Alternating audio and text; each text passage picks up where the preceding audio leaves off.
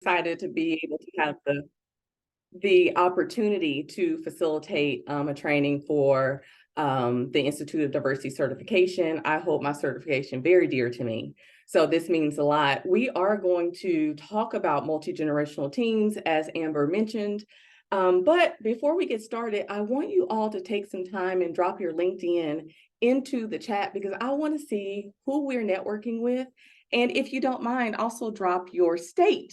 Dr. Lee and I were just talking, and I was sharing that I'm from Arkansas. And so I love to see us all share our networks and know where we're all connecting from. So let's get started with the introduction. I am Nisha Dotson. That's my preferred name, Monisha Dotson. You'll see on my social media. I am a coach and strategist with over 15 years of experience in leadership development as well as people strategy. And so I am a huge believer of communication, which is one of the reasons why I became certified as a diversity executive. I also hold a bachelor's in business management, a master of business administration, and I'm a certified coach. I have a passion for helping people overcome career barriers. I want to be that person that I wish I had throughout my career. And so when it comes to seeking out all different types of education, it's really for me to help others. So what are we going to talk about today? We will discuss how to achieve diversity goals within an organization, what generations are and how they are identified, how diverse generations may show up in the workplace, and I put emphasis on may, and learn ways to respect differences across generations. So jumping right in, one way to achieve diversity within an organization is to strive for the representation that is similar to the community you serve. And I think this is so important. This is actually from our handbook from the Institute of Diversity Certification as well, specifically pertaining to how we achieve diversity goals within any organization. And it's important to consider this because it's to ensure that you are creating the opportunity for diverse employees to contribute to the brainstorming and innovation that produces the products and services that meet the needs of your diverse customer base.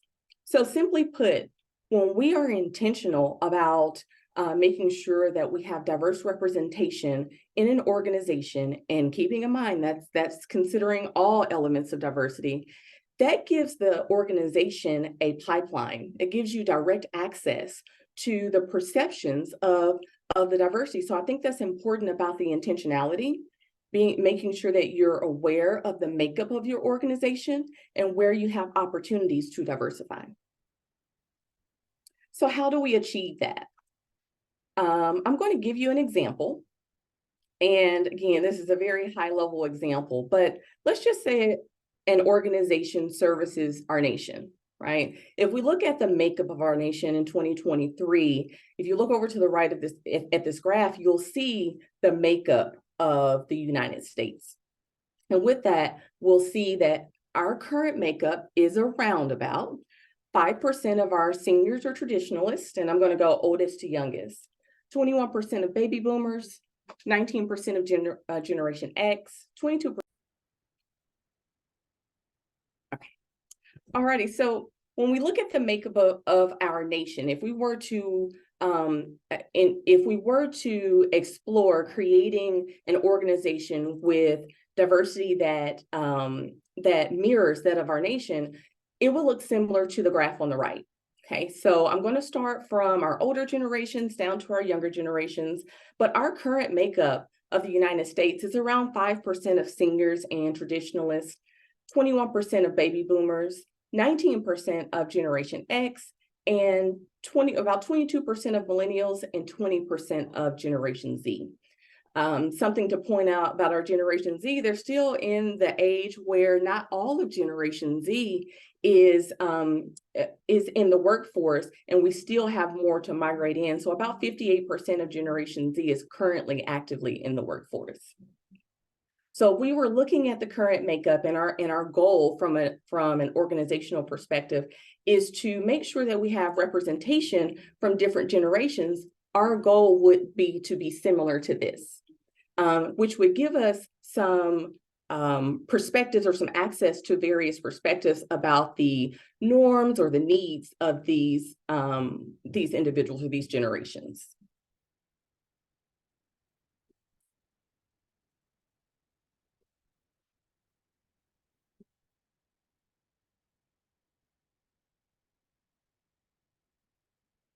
So what is the benefit of measuring diversity?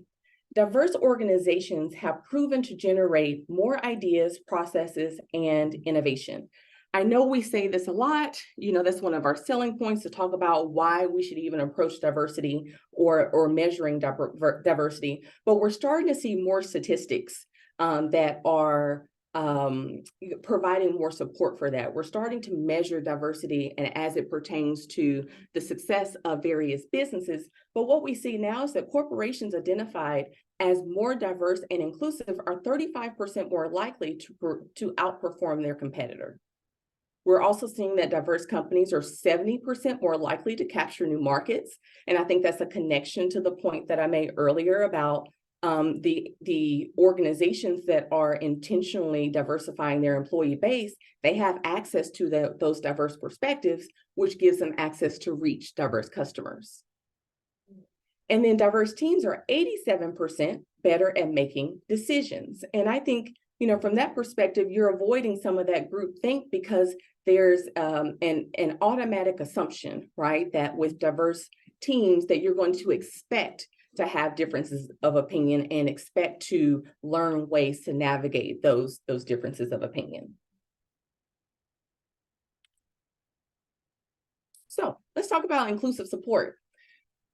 First of all, inclusion cannot be achieved without the presence of diversity. And so I think we see that when we see organizations prioritizing inclusion specifically within their diversity and inclusion goals. But if an organization aims to employ diverse representation, it must also be equipped to support everyone within the diverse makeup. I think it's good to have diversity goals, but what are you going to do with the talent once they get there? Where we see opportunity at times is we put in effort and resources and money into finding the diverse talent, but when we add them to the organization, it's the inclusion that's missing. And so organizations must prepare for how they are going to retain that talent once they're there. And I think inclusion is part of that. Organizations must measure their representation in order to understand who makes up the organization, as well as where they have an opportunity to diversify. So we talked about that before. Who makes up my organization and where do I have opportunities to diversify? And then once I understand that makeup, how do I make sure that I'm satisfying the needs of those that make up the organization? So it's kind of a layered approach. And it's also a continuous approach of making sure that we're aware of who's in the organization and what their needs are. So we're here to talk about diversity from a generation's perspective. I have looked into Pew Research because they are very intentional about understanding the ongoing evolution of generations. So there's a lot of good information out there. I suggest that if you are interested in this topic, that you really look at what Pew Research has out there. But we're going to level set on what a generation is actually defined by. It is a way of understanding how global events and technological, economic, and social changes interact to define the way a set of people see the world. I think it's so interesting to simplify it down to this because in many cases, we approach generation as just an age.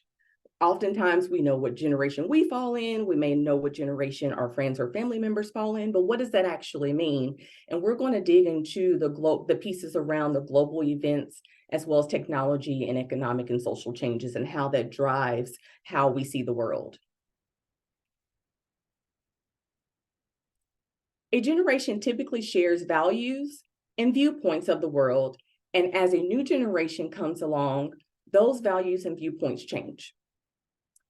Simply put, every generation looks at the world differently. And it's interesting because I'm going to jog your memory a little bit, and I'd love to hear see your comments in the chat. But what are some things that you've heard older generations say about younger generations? Or vice versa? What are some things that you've heard younger generations say about older generations? If you think about it as if we're all looking at the world differently, but we get a difference of opinion, that difference of opinion may cause disruption to the normal way that we approach things. And so many of those comments may be more on the negative side, more than the positive side, because those comments or those viewpoints are causing disruption to the normal way that we approach things. The entire reason why I decided to do a training on generations in the workplace is because my very first experience of a diversity training was very early in my career, and everyone left the training divisive. And it was kind of like pointing the finger at millennials. You heard about how millennials are entitled, but it was because if you looked at the makeup of the organizations at the time, millennials were joining the workforce, right? And so the way millennials were or were looking at the workplace at that time was causing disruption to how the workplace was doing business. And so I really approached generational training as a way of helping people to see commonality, helping you see trends, and helping you to understand why we see things differently. And I think that's so important. And so with digging into the why we see things differently, let's talk about that why. Life cycle and period effects. These are two things that may cause individuals to see things differently. So let's talk about life cycle effects. Life cycle effects are differences across generations that are largely due to their respective positions in the life cycle. So that means that if I am of older generations, many of my decisions may be based on the need to retire. If I am of younger generations, things that are specific to retirement may not be as important to me because of where I am within the life cycle. I may have other things that are prioritized more than that. Period effects on the other end of that are events and circumstances, as well as broader social forces that simultaneously impact everyone regardless of age. Now, period effects typically have a lasting effect on an entire population. And so we see period effects are things like recessions, pandemics, wars, economic booms. So things like that drive the way that we behave or even how we see things. For the sake of this training, we're going to dig more into the period effects because it's going to affect people, affect more of a wider range of individuals, and we're going to see how that comes up across the generations. So when we start looking at generations, let's be a little bit more specific because we have several that make up the workplace. And at this time, we're seeing more generations represented in the workplace than we've seen before. We're seeing individuals work longer, which are allowing a wider range of diverse representation in the workplace. So we have our traditionalists born 1928 to 1945. We have our baby boomers born 1946 to 1964. Generation X born 1965 to 1980. Millennials born 1981 through 1996, Gen Z born 1997 through 2012, and then Generation Alpha born 2013 through our mid-2020s. And if you look up generations to get these date ranges, you may see some variances of somewhere in between 2 to 3 years, because there are some conversations around where do these generations begin or end, but generally they fall within the same time frames. So jumping right in. One thing that you will notice about my language, I will never tell you how you are. I say how we may show up in the workplace. So for these images that you see here are just to help you follow along because there's a lot of information here. As far as generational training, these are conversations that you can talk about all day long. I actually had a conversation with my aunt last night who reviewed a previous version of this training that I did. And we talked for about 15 minutes nonstop and then just had to end the conversation because we can keep going on and on. But what I'm going to start off talking about is the period effects that I referred to before and their connection to additional information that we'll run into later on. So for our traditionalists for 1928 through 1945, some major period effects for them, and I say some because this is just the tip of the iceberg. You can dig into additional period effects that drive how we think. But for traditionalists, we have World War II, our Great Depression, fixed gender roles, and this is specific to women. Their signature product is the automobile. Not saying it was invented during that time, but during this time frame, you'll see where that product became more accessible, or you saw a wider range of people owning the signature product. And then their attitude towards technology may be largely disengaged. Now, I think it's understood why attitudes toward technology may be largely disengaged, because we're going to see a progression of technology grow across our generations. Our baby boomers, their period effects can be the Cold War or post-war boom, civil rights movement, women's liberation movement, Apollo moon landing. Now, where I see a trend here is with our baby boomers, they were all in on change. So we saw a change in how society approached civil rights. We saw a change in the female role within, the workplace, within the household, legally, as far as what was legal from a female perspective. So we saw a lot of change here. Their signature product was the television, and they are early IT adapters. So this is where we saw the introduction to technology. Generation X, we have the end of the Cold War, introduction to the personal computer, early mobile technology. They're considered our latchkey kids, and they experienced a rising level of divorce. So again, their signature product is the computer, and they're digital immigrants. So they were ushered into technology. Our millennials, we have the 9/11 terrorist attack, PlayStation, social media, innovation of Iraq, reality TV, and Google Earth as some period effects. It's funny because when I put reality TV here, I was thinking to myself, well, really, could that be a period effect? But I want you to think of reality TV as kind of eliminating the barriers of having exposure to a variety of topics, of situations. Reality TV really gave exposure to, in some cases, topics that we wouldn't even normally talk about. And so reality TV has grown to be this big thing, to where we now see a lot of variety in the topics that we see represented in reality TV. But this was definitely a shift in how, in what was considered appropriate for viewing, or what we had access to see. Signature product for our millennials is our tablet and our smartphone. And then their attitude towards technology, they're considered to be digital natives, basically meaning, hey, this is what I know. This is what I know to go to. And then for our Generation Z, we have economic downturn, global warming, expansion of mobile devices, and cloud computing. We see a lot of technology listed here. And signature products, we're going to see multiple, because again, how technology just really took off during these time periods. We have nano computing, 3D printing, and driverless cars. Now, attitude towards technology here, entirely dependent on it, with limited grasp of alternatives. If you think about it, think about how accessible technology is. Think of how technology is integrated into the way that we do business, integrated into the way that we reach people. And so for our Generation Z, they may not know anything else but the convenience of technology.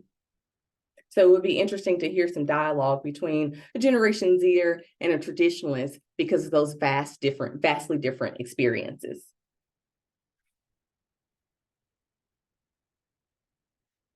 So moving on, we understand some type of exposure to what can influence the way our generations think. But let's talk about characteristics, how they may show up.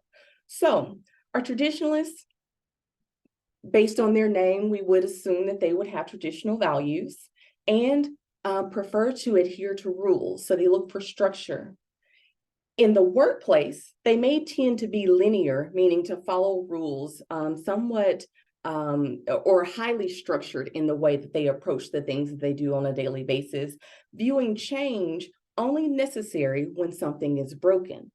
Now, as we go through the generations from this perspective, we're going to talk a lot about change. And I want to see in the chat if you recognize any trends from a change perspective. Our baby boomers may appear ambitious, highly educated, and they're considered to be multitaskers. They like structure, which is coming from our traditionalist values, but they want to also have the ability to challenge the rules. Keeping in mind from our period effects, we saw a lot of change with our baby boomers with civil rights and our women's liberation. So they want the structure in the organization, but they want also the ability to challenge the way things are done. They may be cautious about it, but I think it's more about having the opportunity to communicate the preference around different changes or different rules. Generation X, they appear independent, self-sufficient, and skeptical. Now, I was skeptical about putting skeptical here, but I want you to think about skeptical as being more of curious, right? Of hesitancy. You're going to see them question things more frequently.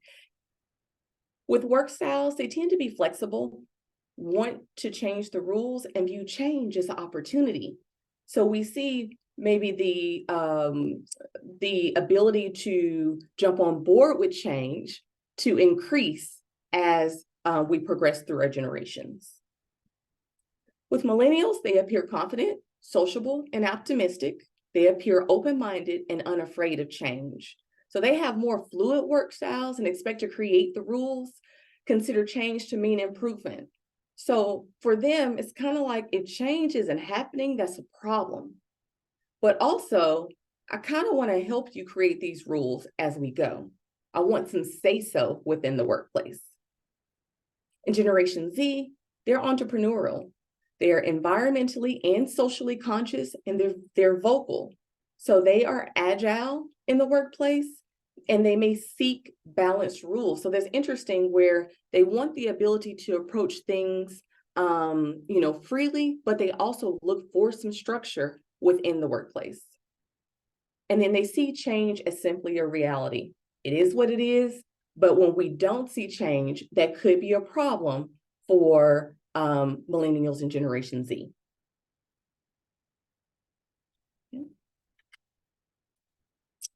So let's talk about attitudes towards career. Now, for our traditionalists, jobs are for life, loyal to employers, strong belief in paying dues, rewards, status, respect, and authority must be earned. It's interesting because I actually grew up in my household with a traditionalist, and I carry forward that jobs are for life. My first employer, I stayed there for 13 years, and I swear to you, I thought I was going to retire from there. And so when I changed employment, it was actually kind of fearful for me. It was very uncomfortable because I felt like it was wrong to change employment. And I relate that to the traditionalists in my household because she stayed at the same employer her entire life. So I thought that was interesting, that interesting connection. Our baby boomers, they're loyal to their career first and then their employer, meaning, yeah, I kind of want to stay here, but as long as I'm doing what I want to do, I can go anywhere and do it. Generation X, they're loyal to the profession, not necessarily the employer, which is similar to the baby boomer. And they tend to view all work as just a job. And so you see less of a connection to the work itself and more of a need for personal connection here.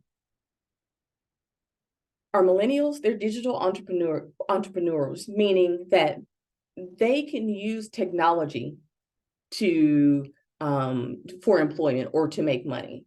And they prefer to work with organizations, not for. This is connecting before to their work styles, meaning they want to be a part of making the rules, which I think is very important. I want you to start thinking through some of the trends that we've seen in the communication from organizations where we see transparency and communication being advertised more. We see the need for surveying for feedback to grow within organizations. And it's because as we progress through the generations, we see that our newer talent is asking for the need to be able to communicate with the top, right? So feedback is not just from the top down. We see the desire for feedback to also be a two-way street from the bottom up. And then last, we have our Generation Z. They're career multitaskers, and they will move seamlessly between organizations and pop-up businesses. So I think about myself again here, where within my personal career, I would look at how well I see an organization performing before considering moving there, because I want to look for stability, right? But with our Generation Zers, they're kind of like, whatever, I don't mind. It could be a new business. I can create an impact here. And they may be more likely to go to those startup businesses to explore employment.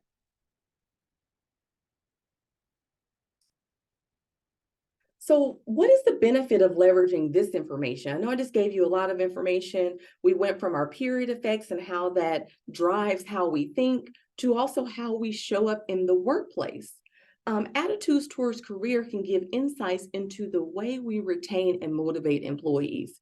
So thinking about our traditionalists where tenure was important and they had a personal desire to stay with an organization, that personal desire trickles off as we progress through our generations. And so it's interesting because our organizations are now needing to find creative ways to attract diverse talent and to figure out how to keep them.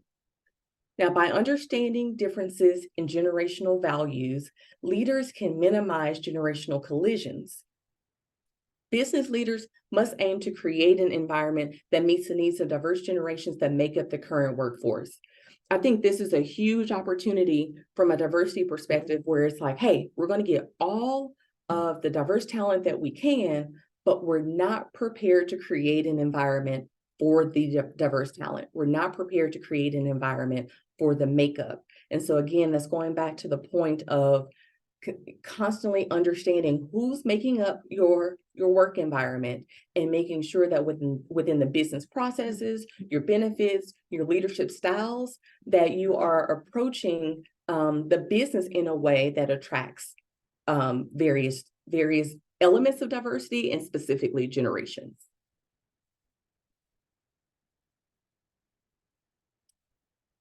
So now we're going to talk about communication. Now, we're going to talk about communication media. This one's an interesting one, but the area that I want you to focus on is the preferences in communication, as well as when making decisions. Because when we're making decisions, there's an emphasis on what's going to make me confident to make a decision, right? And so when we started at Traditionalists, their communication media, which means what everyone has had access to from a wide range, was the formal letter. Distance was a barrier for our Traditionalists initially. So their preference in communication is face-to-face. They valued face-to-face because it wasn't necessarily something that was convenient to them or that they had access to. And so when it comes to making decisions, face-to-face meetings are very important for them. They want to be able to sit down and have the conversation, to be able to ask the questions that they have and not necessarily have that information communicated through technology. They want a human approach. Our baby boomers, their communication media was the telephone. They prefer face-to-face ideally, but they'll still communicate over the phone and email if required. And so I think we see that again, transferring from our traditionalists, that preference of face-to-face, but because of their access to technology, for that generation, the increase of education, we see that they're more open to telephone or email if required. And when it comes to making decisions, they're just like our traditionalists. I prefer face-to-face, but if I have to, I'll go online. Generation X, Communication media, email and technology, we're connecting that to the growth, email and text, and we're connecting that to the growth of technology. Their preference is written communication in text message and in email, and when making decisions, they will go online, but will prefer face-to-face if time permits. So it's about the convenience here that dictates how they would prefer to make the decision. With millennials, text or social media. So when we think about social media, think about personal messaging through our social media platforms, our LinkedIn, our Facebook, our Instagrams. Think about personal messaging as well as text. So we still have written communication as their communication media. They prefer online and mobile. So still the text and direct messaging as a preference. And then, but when making decisions, I want to sit down face to face. Now, where I connect that for a millennial is, remember, a millennial wants to be able to provide feedback. A millennial wants to be able to feel like their input is valued and received. And so I think that face-to-face, that human element satisfies that for them. And then with our Generation Z, communication media, handheld or integrated into clothing. I think we all have our, some form of integrated technology, so on our watch, but their communication preference is FaceTime. How often have you been in a store or out and about and you see someone who's on FaceTime? Or if you have a younger one in your household, instead of a regular phone call, you will notice that they're defaulting to FaceTime. And so when they're making decisions, it's interesting because they want to digitally crowdsource solutions. So if we understand this correctly, what a Generation Zer is going to do is go online and do some research to see what the masses are saying. So they don't necessarily need to know who's saying the things, but they want to look at it from a statistics perspective, like what are the majority of customers saying? What are a majority of people saying to help me to make a decision?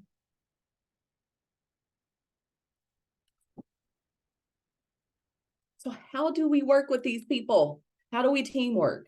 So with our traditionalists, I think it's important to value their experience, spend adequate time in orientation and training activities. And this one is going to include a huge emphasis on technology. And remember, with traditionalists, we need to respect common norms of courteous behavior. Now, when we look at this, it could be something as simple as holding the door open when someone's walking through. It could be something as simple as respecting individual workspaces. It can be making a pot of coffee if you've taken the last cup of coffee. But courteous behavior is extremely important to them. Also understanding that how they view respect, it could be respect just given just because of tenure, right? It could be respect given because of your respective role within the organization. I think we have to understand what they value in order to reach them. Our baby boomers, show them how they can be an organizational star. Provide them with developmental opportunities and involve them in operational matters. I think from boomer going forward, we're going to see a trend in incorporating them into business processes, making sure that they have the opportunity to be able to provide feedback.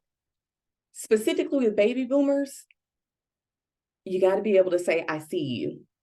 Okay, you got to be able to say, I see your experience, I see your contributions, I see your education. They want to be seen for their accomplishments to the organization. So I think it's important to attach what they do to the company's success.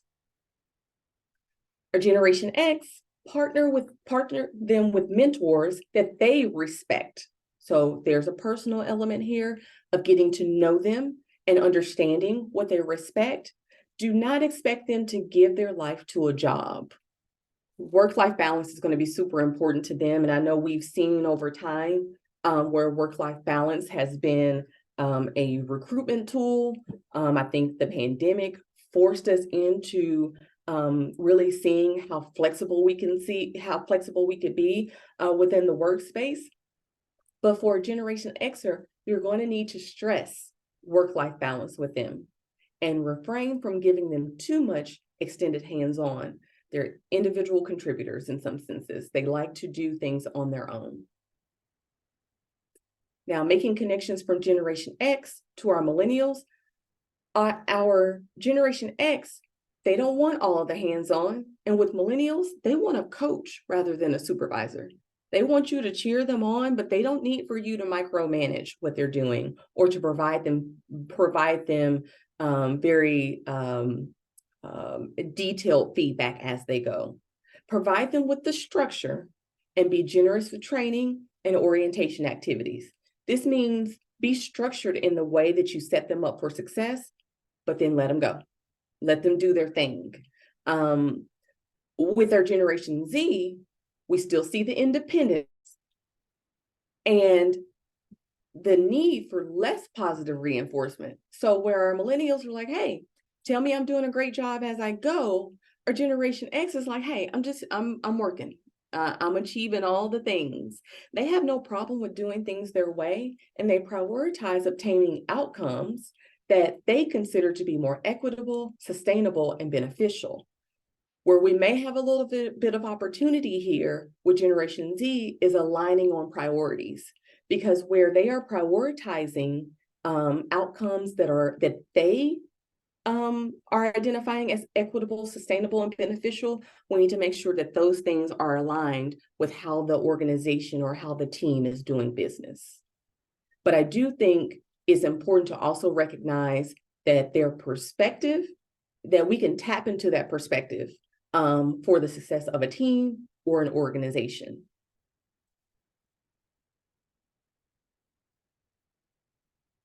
So how do we keep these people motivated? All of these people are so different. They want different things. They need different things. It's important to understand how we can keep them motivated, which helps with retention within an organization, keeps them happy within a team. So our traditionalists, they want you to show respect. Respect is a trend across all of the slides for our traditionalists. They want you to value their years of experience and let them know who's in charge, offering opportunities to learn from others. Our baby boomers, we have to capitalize on their need for recognition. Before, we referred to, the need to let them know that they're an organizational star. I think that's important. So when leaders are approaching their recognition strategies, it's going to be huge for our baby boomers to, on a personal level, understand how they want to be recognized. And desire to make a difference within their organization. So that's connecting their work to the organization's mission and their success. We have to challenge our baby boomers and include them in on the decision-making process and make sure that they have flexible work options. And keeping in mind, flexible work options includes a wide variety of things. It's going to include your location. It's going to include hours. It's going to include, when I take a lunch or when I take my break, maybe not necessarily structured days, and maybe having the ability to control how my schedule is. Our Generation X, give them the opportunities to engage in personal growth. They have to see that they have an opportunity to grow within your organization. So that means if they're staying in the same role, doing the same things, they may not think that growth is possible for them in the organization.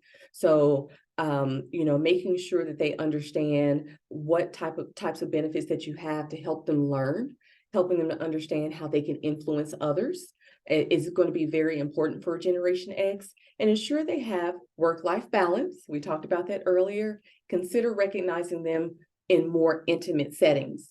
They're not the type where you got to blast an email out to the entire organization. But again, where we've seen other generations need to feel seen, that's going to be huge for our Generation X.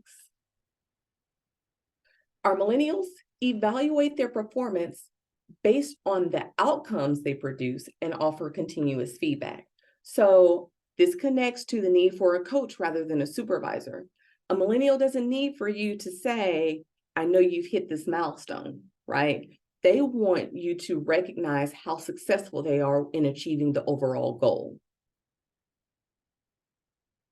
The need for work-life balance can drive their career decisions. So that means that retention is a difficult thing here with a millennial if they're recognizing that work-life balance is impossible within the workplace.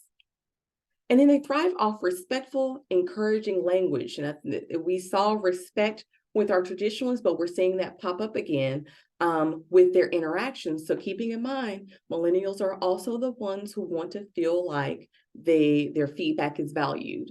So being able to have the opportunity to communicate feedback, to communicate how processes should go, they need to feel like they're respected for what they bring to a team. And then with Generation Z, help them to identify a sense of purpose by ensuring their work is meaningful and has a positive impact on others.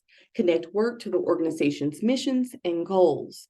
Now, that last piece is very similar to what we know about baby boomers, but I think the piece to walk away with for Generation Z is to understand that their perspective isn't just about them. Keep in mind, they're socially conscious. So some feedback that you may get from Generation Z isn't necessarily something that affects them, but they have a scope to identify what affects others.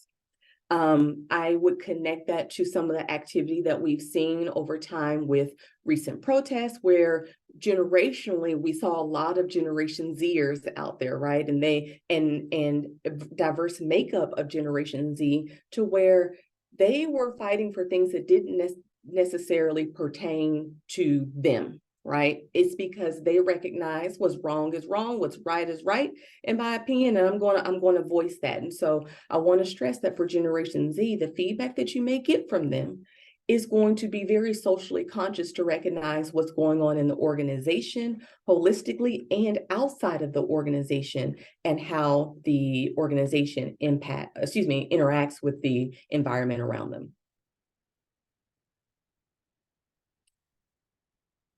So I love to talk about benefits. What is the benefit of leveraging the information? Understanding different generational experiences allows managers to adjust their leadership style to get the best result from all employees. The best leaders, they know their people. They know the individual that is working for them. Using preferred methods of communication can help you overcome communication barriers. Leaders may recognize that, hey, I delivered the change, I told everyone, but if you tell everyone the same way, it may not reach people. It also doesn't necessarily give you an understanding of where people have concerns. So when you understand communication barriers, you're more likely to deliver messages in a more effective manner. And then catering to preferences and experiences can help you with buy-in during times of change, or to attract and retain diverse individuals. I'm consistently mentioning retaining, because organizations lose a lot of money from attracting this diverse talent and then not doing the things to retain them. So it's important that we understand these preferences in a way to create an environment where people want to stay and work. So I think it's important that organizations prepare for the generations that are to come. If they haven't started preparing today for Generation Alpha, they're already behind. And it's because Generation Alpha will be in the workforce, actively in the workforce, within the next 15 years or so. So what do we know about them today? With our Generation Alpha, we know that the global pandemic was huge for them. We know that technology is huge for them. So signature products is a wide variety of signature products. We have the video doorbell, facial recognition, streaming services where cable isn't really a thing in every household anymore, chatbots, virtual assistants. We have our Alexa, we have, our Siri. And so autonomous vehicles are also a thing. And when we think about signature products, think about how accessible they are. Think about the number of people that you know that have these things. And their attitude towards technology, so far, what we know, Generation Alpha is digitally savvy, with a layer of independence gained from owning personal devices at a certain age. I saw a statistic that said that toddlers Generation Alpha, approximately 60% own their own device, meaning their tablets, or they're using an old cell phone that, as long as it's connected to Wi-Fi, they can do something. But at very early ages, our Generation Alpha has had access to technology. And so they're more likely to be even more dependent, as we've seen with Generation Z. Generational characteristics. Generation Alpha is so far not as dependent on physical contact with their peers like previous generations. They're hyper connected, because of course we're seeing how technology is just integrated into our clothing, is accessible, our businesses are thriving off of technology. They're independent. Video is the preferred method of communication, which is similar to Generation Z. And they are diverse not only in demographics, but also in tastes, lifestyles, and viewpoints. Connect technology to the ability to access a diverse information. So when you think about it, things like TikTok, Instagram, Facebook Reels, where they're able to see what things look like for other people, they have more access to diversify their tastes, their lifestyles, and their viewpoints. And so far, what we can see that they may value representation, inclusivity, and helping people. So even growing even more socially conscious than our Generation Z.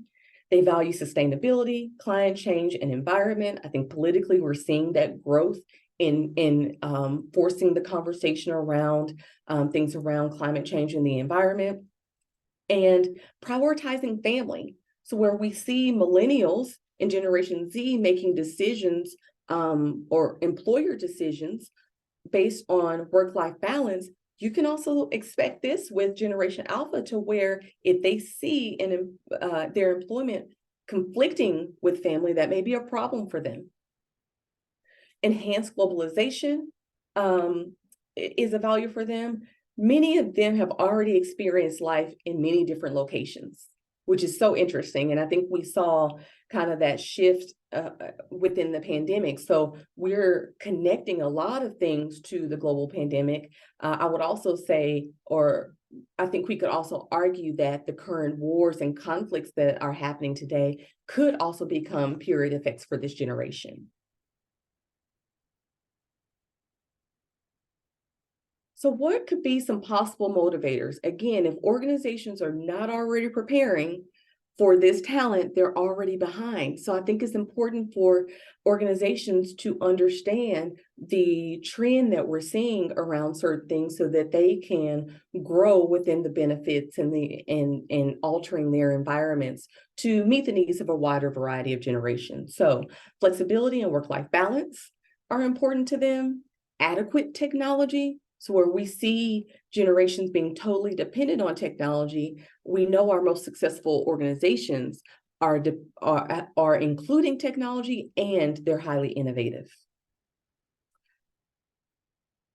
A motivator is also being socially responsible. So again, a few years ago, we saw where society kind of forced some of the conversations for organizations to be crystal clear on what their stance is or was on certain social issues. And so with our Generation Z and progressing to Generation Alpha, we're going to see more of those conversations forced, but we're also going to see where individuals within certain generations may be more likely to choose employers based on what employers show to be socially responsible. They're going to look for diverse representation in workplaces and in professional partnerships. So, when individuals are looking for the newest jobs, they typically go and crowdsource. They typically go and look online at websites to see what that diverse makeup looks like. And during the interview processes, they're looking, right? And so it's not just for a show to show off your representation, but our newer generations are going to look for the actual representation within the organization. They're also going to look at representation within your professional partnerships. And I think that's so important, because that's also going to encourage more people to be more intentional in these areas. They're motivated by varied ways to increase skill and knowledge. So from a recruiting perspective, you can't just look for the degrees. You can't look for 3 to 5 years of experience. We have to look at boot camps, certifications. We have to look at experience over over degrees. We have to look at personal projects, because at the end of the day, it's not necessarily how you got the experience, it's whether or not the experience exists. And then the ability to share ideas, their input being considered and valued in business decisions. And where we saw the trend of change, they have to see change, or workplaces being open to change, and change being present in the way that workplaces approach business. So what are some tips for supporting multi-generational teams? Now, while I may have an area here that talks specifically to leaders, I want you all to think about how in any capacity that you can leverage some of these tips. I always say that everyone is a leader in their own right?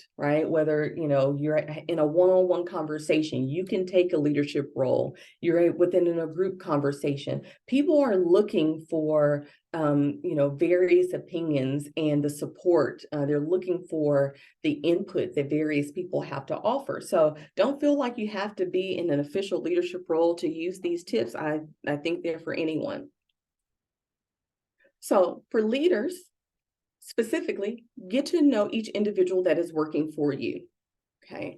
We try to sometimes approach leadership as, one-way approach, and that's not necessarily the best way to do it. Once you know the individual that's working for you, you are making connections with the individual. You're finding different ways to motivate them. And while I've given you the information that shows generational differences, everyone doesn't fit the mold of their generation. I shared with you before how, I may be a millennial, but I myself had some traditional values from a traditionalist being in my home. Understand generational differences and encourage team members to appreciate the differences also. Leading by example doesn't necessarily just mean that you're doing the things that you want others to do. It's also the encouragement of of asking members on your team to do those things also. Another tip is to avoid harmful stereotypes. Again, I mentioned that my first experience of a generational training was extremely divisive. It was extremely discouraging. And so be careful of your language, right? So with traditionalists, hey, it's not that they're too conservative, they're loyal. With our baby boomers, they're not averse to change, they're collaborative. Generation X, they're not disinterested, they are independent. Our millennials are not entitled, they're driven. And our Generation Z, they're not disloyal, they are progressive, and that is okay.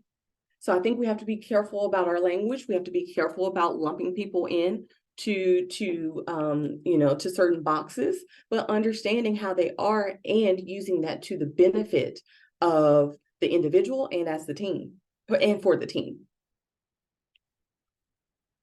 Communicate preferences openly. So where I am encouraging individuals to get to know others and their preferences, I think it's important for you to have the courage to communicate your preferences also.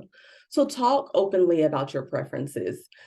Help team members find ways to clearly communicate with each other. I think sometimes we assume that we're just going to invite diverse individuals to the table and they're all just going to get along. Well, the reality is the more diverse the table is, there is going to be conflict, but conflict is only unhealthy when it's not handled effectively or handled the right way. And so I think it's important to equip team members with how they communicate with each other and ask team members what kind of interactions feel most comfortable to them. Respect boundaries. Hey, I will be open with you. I am working on my boundaries right now, but set an expectation for respect for differences of opinion.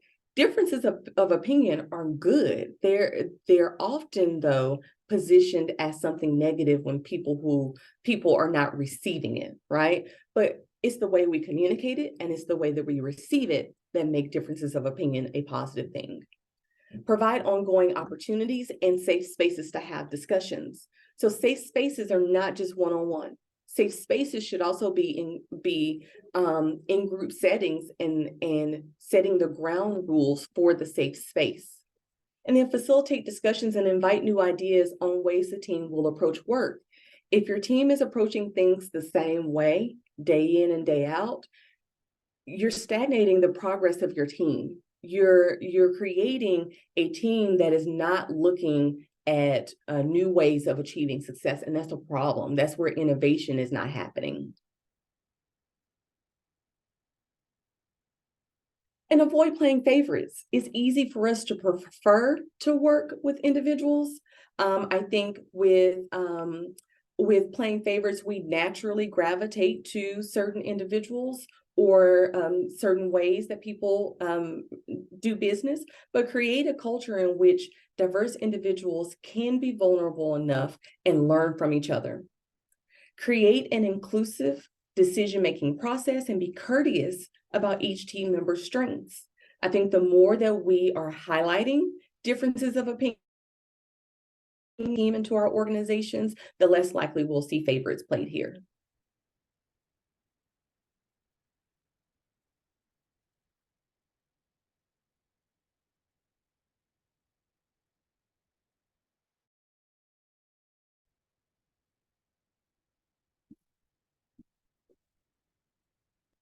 So in our next one, avoid playing assumptions. So use the information as a guide to start communications on each individual's preferences. I think it's important that, again, when we're talking about generational differences, we're not talking about it from the perspective of having you assume how someone shows up, but having the ability to ask questions and respect differences.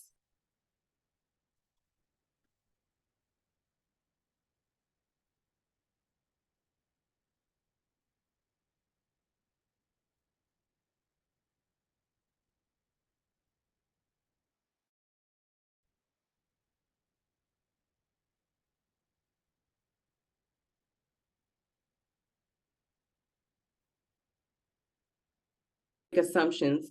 I presented a lot of information to you where it would be easy to assume how someone's showing up just because of where we think they are in the generational space. But what I think is important to understand is that this type of information is to help you to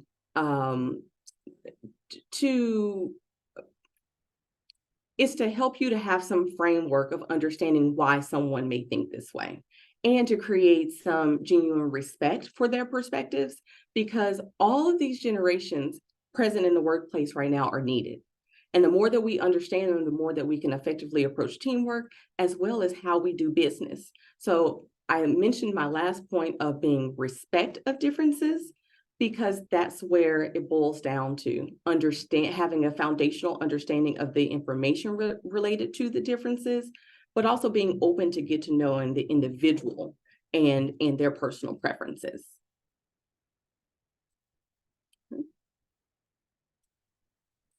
All righty, did anyone have any questions, or did we have any questions in the chat, Amber? No, let's see. I'm still seeing about 7 comments. I think it's been consistent. We had some comments, but there aren't any questions. Okay.